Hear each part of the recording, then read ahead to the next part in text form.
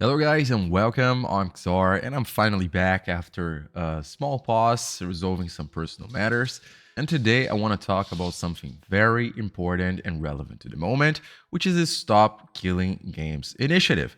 But before we start, I have a new new boy that I want to keep measuring throughout my videos.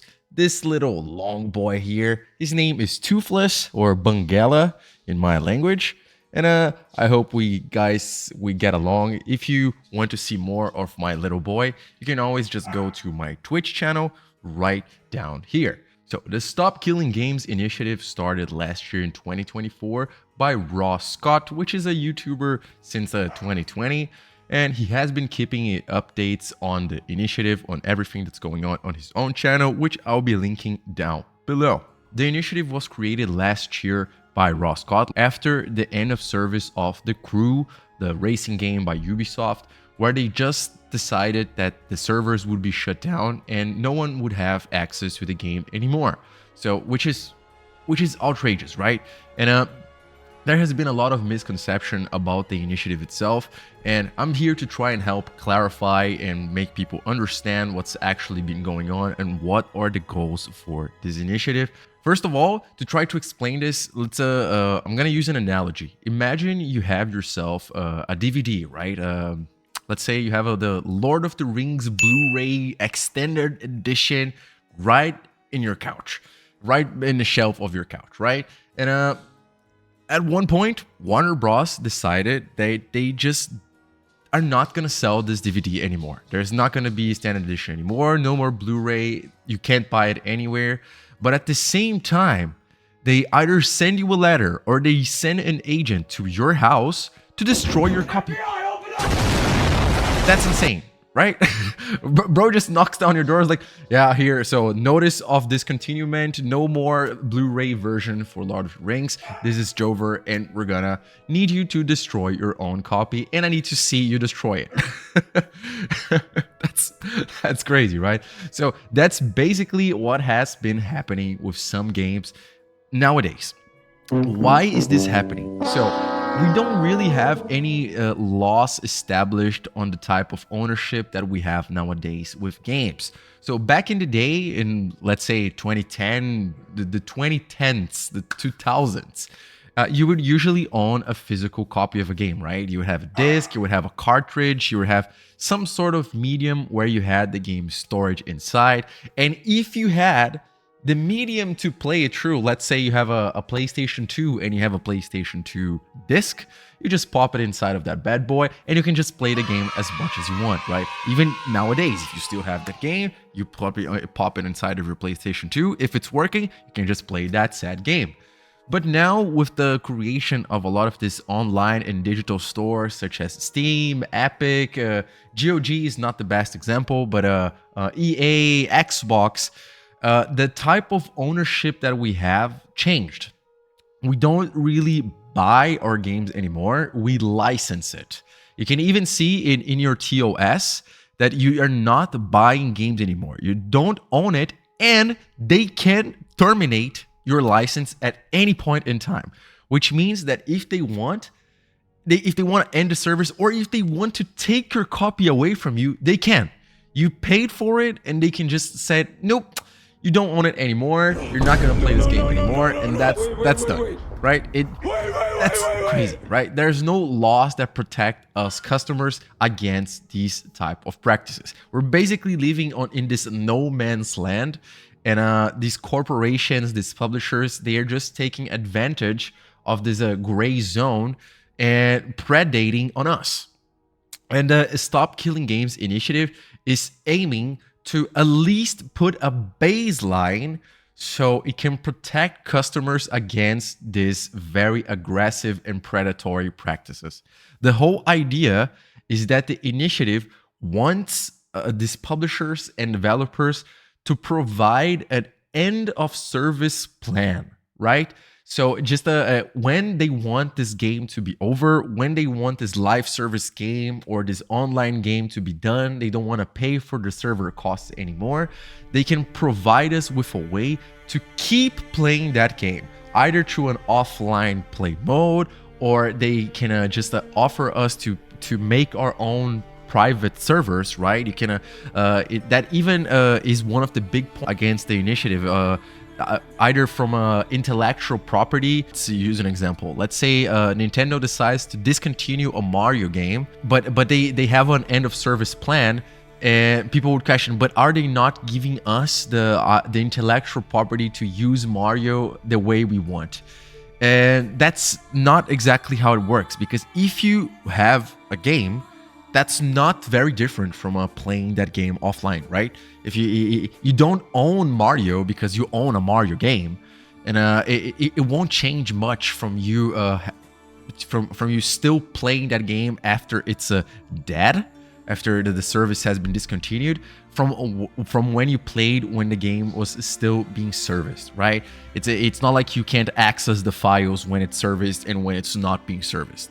So because of this transition we suffered from this devious denomination, which is licensing, right? We're reaching such a stupid point where Nintendo, again, with the release of the Nintendo Switch 2, they decided that they just want to increase the prices for the physical copies of their games, which they already increased the prices for their top shelf games for the Nintendo Switch 2.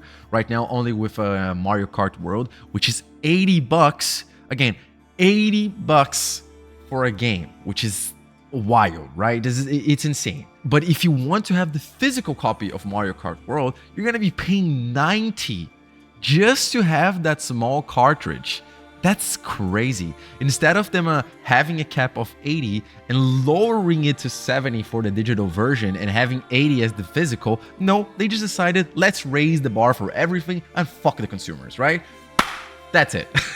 And again, there are a lot of doubts being raised about this, about the initiative. Like I said, with the intellectual property thing, how it could harm developers. How can you adapt online games to such a? How can you provide an end of service for online games? If it would end live service games, how can it add additional costs to developers and things like that? And you can read the answers from the FAQ on the Stop Killing Games initiative itself. I'm gonna link it down below, so if you want, you can just go and read it.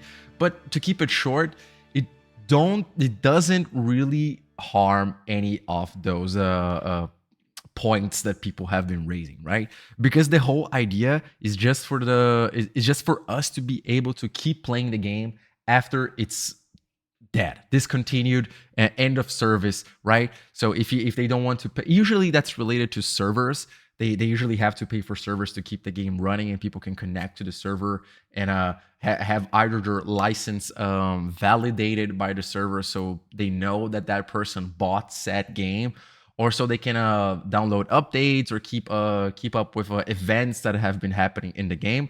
And that's the thing. A lot of those things would go away if you don't have a service anymore. Well, because the game is pretty much dead. But if you have an end of service treatment, at least people can still play the game they love, right? It could be like frozen in like this last state that the game was, but it would still be playable. It's not just dead, gone forever. And at the same time, there seem to be some people trying to twist and make it more confusing for people to understand what's the goal of the Stop Killing Games initiative.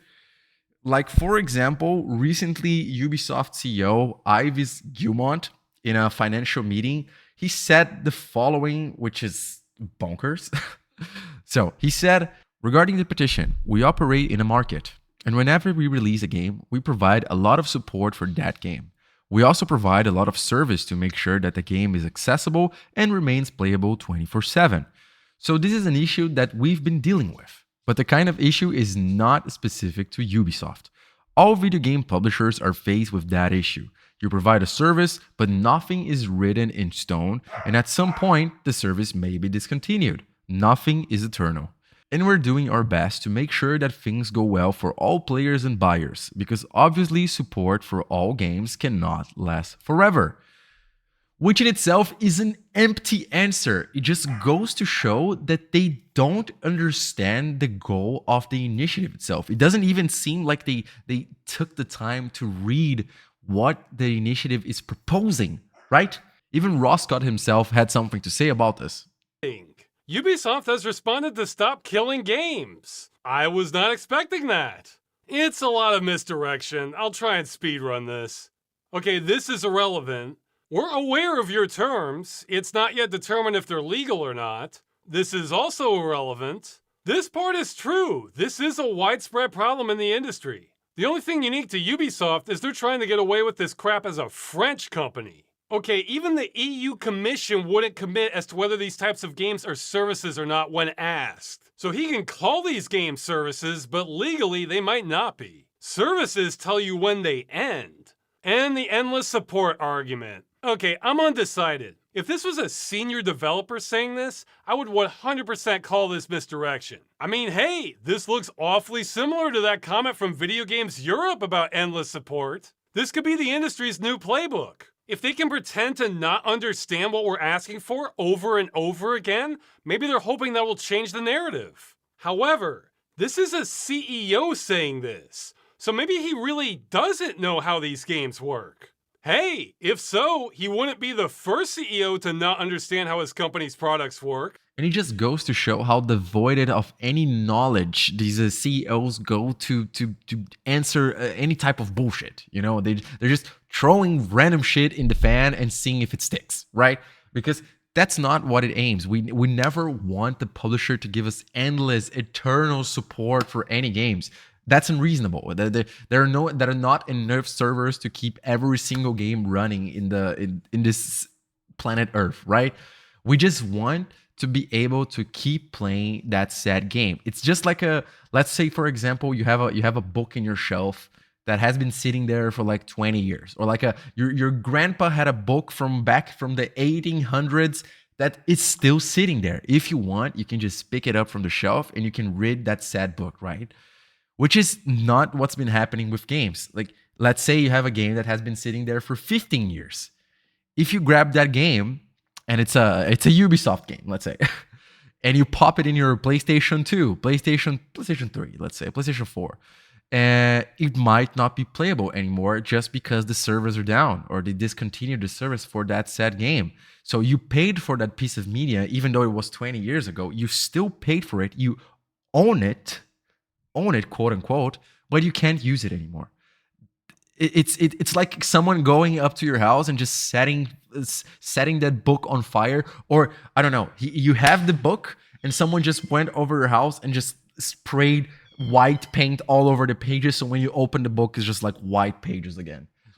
That's crazy, right? Again, it just goes to show how these companies, they're going to any lengths they can to just try to attack or harm these movements. Like, for example, we just had it yesterday. An anonymous claim was filed against the initiative stating 2 violations. Number 1, false no funding declaration saying that the initiative had no content under funding sources, which would mean the organizers didn't declare a source of funding for the initiative, right? And number 2, systematic concealment of major contribution, where Ross Scott just posted a video yesterday and had the following to say. A false no funding declaration and systematic concealment of major contribution. Well, this is all news to me, but I don't know everything that's going on with the initiative.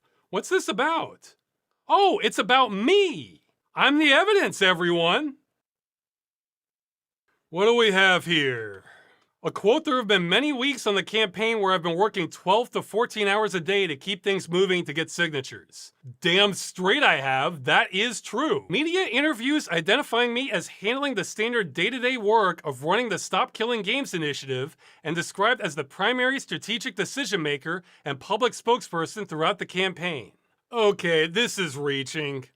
Since I apparently need to spell it out, when I say the initiative will do this or will do that, that's me assuming the initiative members are on board with what I'm saying and me taking my best guess. Get ready, because here comes the clown accounting. 15 to 20 weeks of 12 to 14 hour days. That's interesting that they call this a conservative estimate, because they're making these numbers up. They may as well be reading tea leaves. It's true I think I've spent that many hours a day working on this campaign. For some weeks. But 15 to 20? That would have killed me. Some weeks were this high, others it was anywhere from 0 to 4 hours a day. I don't know. You know why I don't know? Because I never track my hours. Why would I? Nobody was hiring me for this. It's all volunteer time. But I am impressed that they think they know my hours better than I do. And again, I'm not going to have him say everything. You can go to his own video and just watch what he had to say about it. But again, it just goes to show how they are trying to attack as much as they can and harm this initiative just so it doesn't keep moving forward. Besides the idea of preserving the longevity of games, not only as a service, but as a media, this also serves as a statement of customer rights. Since the practice of destroying a product that someone already paid for, that's so freaking crazy. It doesn't exist. Like someone just goes to your house and destroys something that you own. A company just goes and decide you don't own this anymore and you paid for it. That's why, right? It's an attack on the idea of ownership itself. And which, if not properly regulated, if we don't have laws to properly guide these lines, these guidelines, haha, it could prove even more harmful for consumers, and it could also even spread to other types of services that we have out there, which could be licensing in a way, or licensing machines and things like that. It's just so wild to have something like that just to keep on going, and we need protection against these types of corporations and greedy publishers, right? But despite all this backlash and also creators that have been trying to twist it a little bit, or they're trying to voice their own opinions, like Tor, the pirate software, which is an indie developer, a guy that has been creating games, and he supports people on creating games. He was quite negative about the initiative himself, saying that it could astronomically increase costs for publishers and developers, which is untrue. And it just seemed again like he reiterated his own argument, and he said that he likes the initiative, but again, it just felt like a weird thing from someone of his knowledge and his position to say, right? But again, despite all this backlash, now with the petition reaching well over 1.4 million signatures, and again, I encourage you to go down and sign the petition. I'm leaving the link down below. Please go and sign it for yourself. Let's help this movement grow and help protect us from these predatory practices. The movement is very well underway to be revised by the EU Commission and be discussed and talked over by parliamentarians, and hopefully shine a light on this whole issue and write us a law that can help protect consumers from these predatory practices, and also set a guideline for these publishers so they know exactly what to do and preserve the longevity of this beautiful medium that is gaming, so we can keep playing our games in the future. But that's it for me, guys. I hope you enjoyed this one. Again, if you have any doubts, I encourage you to go read the petition for itself, but also just leave a comment down below. Let's keep the ball rolling. Let's talk about this. This is an important issue that needs to be solved. And I really hope to hear your feedback on it. And I hope to catch you in the next one. Don't forget to leave a like, subscribe if you enjoyed this video, and I'll see you in the next one. XR out.